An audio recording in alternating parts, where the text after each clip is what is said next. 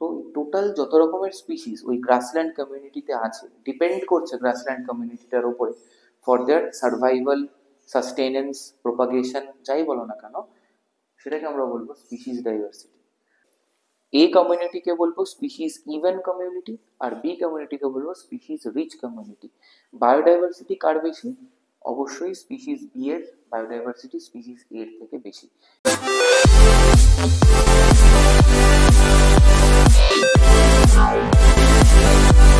Hello students, welcome to B2S একাডেমিজ। আজকে আমরা তোমাদের ক্লাস 12 এর বায়োডাইভার্সিটি অ্যান্ড ইটস কনজারভেশন চ্যাপ্টারটা নিয়ে আলোচনা করব। তো বায়োডাইভার্সিটি, যাকে আমরা বাংলায় জীব বৈচিত্র্য বলি, এই কথাটার মানে আগে আমাদের জানতে হবে। এই কথাটা কোত্থেকে এলো সেটা আমাদের জানতে হবে, আর টাইপস, থ্রেটস, ইউজফুলনেস সবটাই আমাদের জানতে হবে। তো জীব বৈচিত্র্য বা বায়োডাইভার্সিটি বলতে আমরা যেটা বুঝি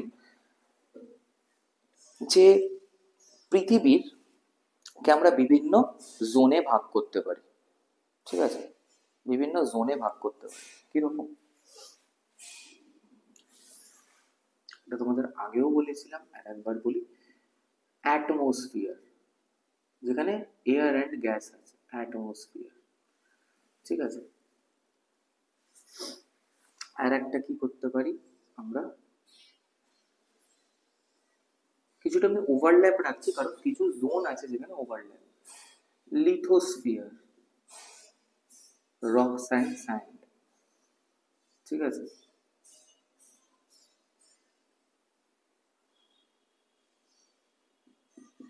হাইড্রোস্ফিয়ার, জল, মেরিন, ফ্রেশ ওয়াটার সব। আর এদের মাঝখানের যে জোনটাতে, ঠিক আছে, এই যে কালার্ড যে রিজিয়নটা, যে জোনটাতে লাইফ আছে, অ্যাটমসফিয়ার, লিথোস্ফিয়ার, হাইড্রোস্ফিয়ার সবাইকে মিলিয়ে এই যে শেডেড রিজিয়নটা যেখানটা লাইফ আছে, এইটাকে আমরা বলতে পারি বায়োস্ফিয়ার। এই বায়োস্ফিয়ারের মধ্যে যত রকমের প্লান্ট আছে, অ্যানিমাল আছে, মাইক্রোবস আছে, ঠিক আছে, এদের প্রত্যেকের নাম্বার অ্যান্ড ডিফারেন্ট টাইপস যত রকমের আছে সবাইকে একসাথে নিয়ে আমি বলতে পারি বায়োডাইভার্সিটি বা জীব বৈচিত্র্য। সো আই হোপ বায়োডাইভার্সিটি বলতে কি বোঝায় আমাদের কিছুটা ক্লিয়ার হলো, যত এগোবো আরো ক্লিয়ার হবে। তো বায়োডাইভার্সিটি টার্মটা প্রথমে কে এনেছিলেন? না, ওয়াল্টার জি রসেন। বায়োডাইভার্সিটি টার্মটা ওয়াল্টার জি রসেন এনেছিলেন, বাট পপুলারাইজ কে করলেন? ই উইলসন।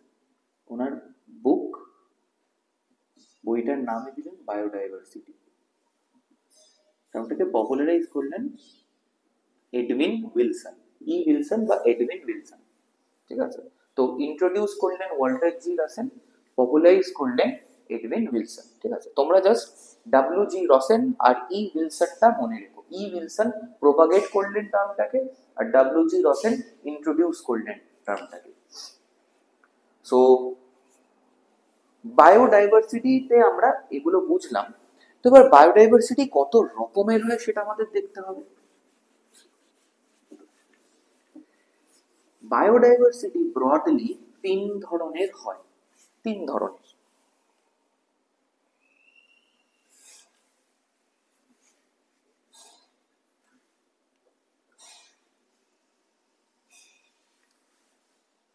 একটা হচ্ছে জেনেটিক, জেনেটিক জেনেটিক ডাইভার্সিটি মানে কি? জেনেটিক ডাইভার্সিটি মানে হচ্ছে যে একটা পপুলেশনের মধ্যে কত রকমের অ্যালিল আছে, কত রকমের জেনেটিক রিকম্বিনেশন আছে, কত রকমের জেনেটিক ফর্মস আছে, সেটাকে আমরা জেনেটিক বায়োডাইভার্সিটি বলবো। কত রকমের অ্যালিল থাকতে পারে একটা পপুলেশনের মধ্যে বা একটা কমিউনিটির মধ্যে। বা একটা হ্যাবিট্যাটের মধ্যে, একটা নিশের মধ্যে যত রকমের জেনেটিক কম্বিনেশন, যত রকমের ডিএনএ সিকোয়েন্স, যত রকমের জিন আছে সবাইকে নিয়ে আমরা বলবো এটা জেনেটিক বায়োডাইভার্সিটি। আর একটা কি স্পিসিস, স্পিসিস বায়োডাইভার্সিটি। এটা কি? এটা হচ্ছে একটা কমিউনিটির মধ্যে বা একটা নিশের, একটা নিশে তো একাধিক স্পিসিস থাকতে পারে না, তো একটা হ্যাবিট্যাটের মধ্যে, নিশের মধ্যে একাধিক স্পিসিস থাকতে পারে না। এটা কিন্তু গসের এক্সক্লুশন প্রিন্সিপাল তোমাদের পড়ানো হয়েছিল, যারা ভিডিওটা দেখোনি প্লিজ দেখে নেবে। তো একটা হ্যাবিট্যাটের মধ্যে বা একটা কমিউনিটির মধ্যে কত রকমের স্পিসিস আছে সেটাকে আমরা স্পিসিস ডাইভার্সিটি বলবো। যেমন ধরো তোমার বাড়ির আশেপাশে ধরো একটা গ্রাসল্যান্ড আছে, তো গ্রাসল্যান্ড কমিউনিটি, সেই গ্রাসল্যান্ডের মধ্যে যেখানে যেখানে জল জমে সেখানে কিছু মাছ আছে, ফিশ আছে, বিভিন্ন রকমের ফিশ আছে, এক ধরনের ফিশ তো না, দু তিন রকমের ফিশ আছে, রেপটাইলস আছে, কিছু লিজার্ডস আছে, স্নেকস আছে, কচ্ছপ থাকতে পারে, অনেক রকমের বার্ড আছে, রাইট? অনেক রকমের বার্ড আছে। আর কি আছে? আর ম্যামলস আছে অনেক ধরনের, অ্যামফিবিয়ান্স আছে প্রচুর, তাই না? প্রচুর প্রচুর অ্যামফিবিয়ান্স আছে, প্লাস প্রচুর ধরনের মাইক্রোবস আছে, প্রচুর প্লান্টস আছে, প্লাস তোমরাও কিন্তু সেই কমিউনিটির একটা পার্ট, তোমরাও আছো, হিউম্যানসও আছো। তো টোটাল যত রকমের স্পিসিস ওই গ্রাসল্যান্ড কমিউনিটিতে আছে ডিপেন্ড করছে গ্রাসল্যান্ড কমিউনিটিটার উপরে for their survival, sustenance, propagation, যাই বলো না কেন, সেটাকে আমরা বলবো স্পিসিস ডাইভার্সিটি। আর একটা কি ইকোলজিক্যাল ডাইভার্সিটি।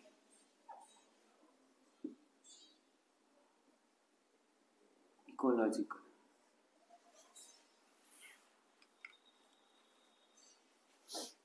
তো ইকোলজিক্যাল ডাইভার্সিটি বলতে আমরা কি বুঝি?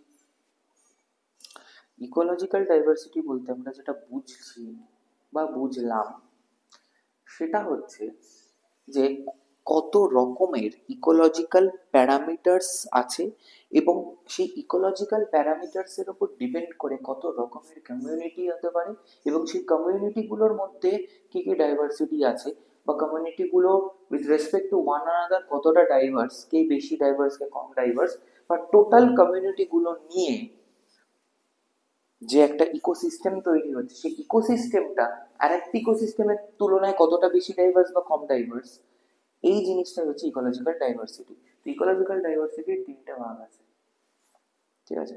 তিনটে ভাগ আছে। একটা কি? একটা হচ্ছে আলফা, একটা হচ্ছে বিটা, আর হচ্ছে gamma. Alpha ecological diversity, beta ecological diversity, gamma ecological diversity. Alpha diversity মানে কি? ধরো এটা একটা কমিউনিটি, সার্কেলটা একটা কমিউনিটি, এই কমিউনিটির মধ্যে ধরো স্পিসিস এ, বি, সি, ডি, ই, এফ, জি, এইচ আছে। তো একটা কমিউনিটির মধ্যে যে স্পিসিস ডাইভার্সিটি আছে এটাকে বলবো আলফা ইকোলজিক্যাল ডাইভার্সিটি। একটা কমিউনিটি মানে এই কমিউনিটিটা একটা পার্টিকুলার ইকোলজিক্যাল ফ্যাক্টর দ্বারা রেস্ট্রিক্টেড। মানে ধরো এই কমিউনিটিটা কোল্ড টলারেন্ট, কোল্ড রিজিয়নে থাকে, তো একটা পার্টিকুলার ইকোলজিক্যাল ফ্যাক্টর কি টেম্পারেচার, তো সেই টেম্পারেচারের সাপেক্ষে এই কমিউনিটির ভেতরে যতগুলো স্পিসিস আছে সেটাকে আমরা বলবো alpha, alpha ecological diversity. Beta কি? ধরো দুটো কমিউনিটিস আছে, এই একটা আর এই একটা, এই রিজিয়নটা কমিউনিটি ওভারল্যাপ বা পার্টিশন, যাই বলো না কেন, এরকম দুটো কমিউনিটি। এখানে ধরো এ বি সি ডি আছে, এখানে 1 2 3 4 আছে। তো এই যে দুটো কমিউনিটি মধ্যে যে কম্পারেটিভ বায়োডাইভার্সিটি আছে, ধরো এখানে ই আছে মানে এখানে 5 রকমের স্পিসিস, এখানে 4 রকমের আছে, তাহলে এই কমিউনিটিটা এর চেয়ে বেশি বায়োডাইভার্স। তো এই যে আমি দুটো কমিউনিটির মধ্যে আমি তুলনা করছি, ঠিক আছে, এটাকে বলছি বিটা ইকোলজিক্যাল ডাইভার্সিটি। আর গামা কি? ধরো এই একটা কমিউনিটি, এই একটা কমিউনিটি, এই একটা কমিউনিটি, এই একটা কমিউনিটি, ঠিক আছে, এই একটা কমিউনিটি, এরকম বিভিন্ন কমিউনিটিস আছে। আমি কমিউনিটি গুলোকে নাম্বার দিচ্ছি, A B C D E. এই যে এতগুলো কমিউনিটি আছে, ঠিক আছে, এই এতগুলো কমিউনিটি একটা পার্টিকুলার ইকোসিস্টেমকে তৈরি করছে, বা একটা বিশাল জিওগ্রাফিক্যাল এরিয়া জুড়ে আছে। এই একটা পার্টিকুলার ইকোসিস্টেমের মধ্যে যে এতগুলো কমিউনিটি আছে, এদের মধ্যে যে রিলেটিভ কে বেশি বায়োডাইভার্স, কে কম বায়োডাইভার্স, এই যে ব্যাপারটা, ঠিক আছে, এই যে কম্পারেটিভ স্টাডিটা, এটাকে গামা ইকোলজিক্যাল বায়োডাইভার্সিটি বলছি। রিয়েল লাইফ এক্সাম্পলে কিরকম দেব, ধরো ওয়েস্ট বেঙ্গল, ওয়েস্ট বেঙ্গলের মধ্যে সুন্দরবন, সুন্দরবনে যত রকমের স্পিসিস আছে এবং সুন্দরবনের ওই পিকিউলিয়ার ইকোলজিক্যাল প্যারামিটার্স গুলোকে মানিয়ে নিয়ে, তাদেরকে অ্যাডপ্ট করে নিয়ে, ঠিক আছে, তাদের সাথে অ্যাডাপ্টেশন হয়ে, তাদের ওই ফ্যাক্টরগুলোর মধ্যেই ইভলভ করে যত রকমের স্পিসিস সুন্দরবনে আছে, সেটাকে আমি বলতে পারি সুন্দরবনের আলফা বায়োডাইভার্সিটি। ঠিক আছে, সুন্দরবনের বলবো না, বলবো ম্যানগ্রোভ ইকোসিস্টেমের আলফা বায়োডাইভার্সিটি। ঠিক আছে, ম্যানগ্রোভ ইকোসিস্টেমের আলফা বায়োডাইভার্সিটি। সুন্দরবন আর ভিতরকণিকা দুটোই ম্যানগ্রোভ। তো সুন্দরবন আর ভিতরকণিকা এই দুটো ডিফারেন্ট ম্যানগ্রোভ কমিউনিটির মধ্যে যখন আমি বায়োডাইভার্সিটিকে কম্পেয়ার করব, সেটা হবে beta ecological biodiversity.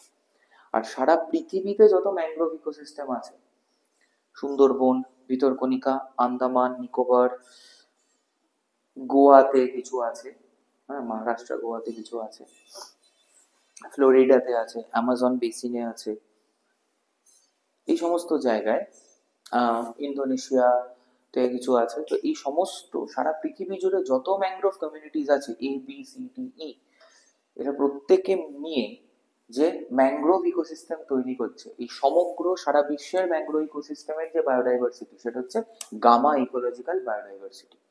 So I hope alpha beta gamma তোমাদের বুঝতে কোনো অসুবিধা হচ্ছে না।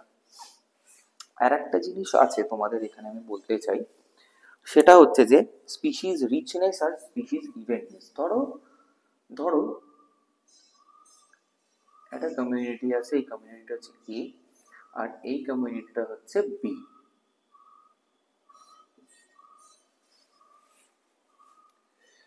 ধরো এই এ কমিউনিটিতে ফিশ আছে 60%,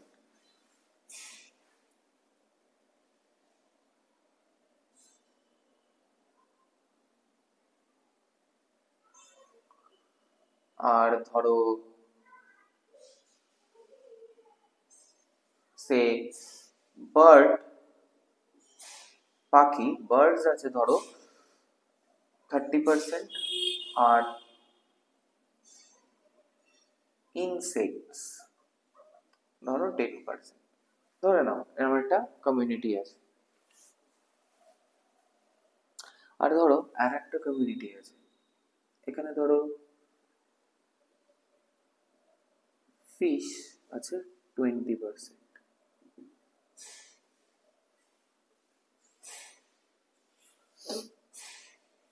বার্ড আছে 30%, যেমন ধরো ম্যামলস আছে 25%,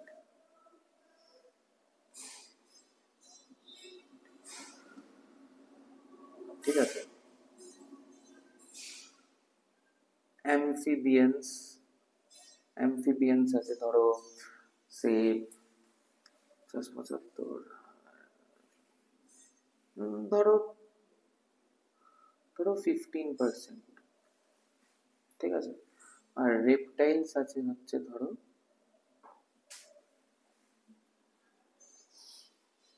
বাকি যা পড়ে রইলো রেপটাইলস আছে, ঠিক আছে, 75 আর 15 হচ্ছে 10% ধরো রেপটাইলস আছে। এরকম দুটো কমিউনিটি আছে। তো দেখো কমিউনিটি এ যখন আমরা দেখব, এই কমিউনিটিটাতে 60% ফিশ, মানে এই কমিউনিটিটার 60% শুধু মাছ, এক টাইপের মানে অ্যানিমাল আছে, ঠিক আছে। তো এইটাকে বলবো স্পিসিস, এটাকে বলবো স্পিসিস ইভেননেস।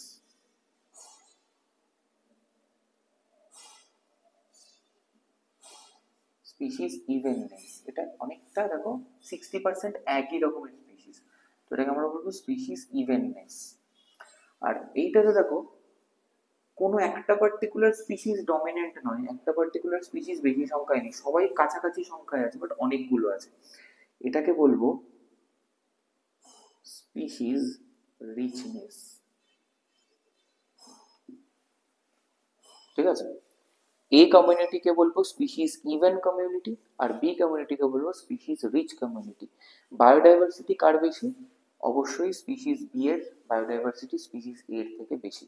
কি করে এটা মেজার করা হয়, যেটা তোমাদের সিলেবাসে নেই তাও বলছি, সিম্পসন্স বায়োডাইভার্সিটি ইন্ডেক্স দিয়ে এই স্পিসিস রিচনেস এবং স্পিসিস ইভেননেস অফ কমিউনিটিস এটা মেজার করা যায়, ঠিক আছে। যার স্পিসিস রিচনেস বেশি তার বায়োডাইভার্সিটি তত বেশি। তাহলে আমরা বলতেই পারি যে species richness is directly proportional to biodiversity, যত বায়োডাইভার্সিটি বেশি তত স্পিসিস রিচনেস বেশি, and vice versa, species richness যত বেশি বায়োডাইভার্সিটি তত বেশি। আর species evenness is inversely proportional to biodiversity, মানে কি স্পিসিস ইভেননেস যত বেশি বায়োডাইভার্সিটি তত কম। বুঝতেই পারছো দেখো এখানে ফিশ 60%, তাহলে কমিউনিটিতে আর বাকি পড়ে রইল কত? অনলি 40% জায়গা পড়ে রইল for the rest of the species to establish themselves, which is not very much। তো এখানে বায়োডাইভার্সিটি কম হবে এই কমিউনিটিতে যেখানে ইভেননেস বেশি, তাহলে evenness is inversely proportional to biodiversity. But যে কমিউনিটিতে অনেক রকমের স্পিসিস আছে, হোক না যে এক একটা স্পিসিসে কম সংখ্যক ইন্ডিভিজুয়ালস আছে, হোক না, কিন্তু গোটা কমিউনিটিতে প্রচুর স্পিসিস আছে, তাহলে সেই কমিউনিটিটার স্পিসিস রিচনেস যেহেতু বেশি, তার জীব বৈচিত্র্য বা বায়োডাইভার্সিটিও বেশি। তো এই রিলেশনশিপটা কিন্তু আমাদের মাথায় রাখতে হবে, কারণ এটা ইম্পর্টেন্ট।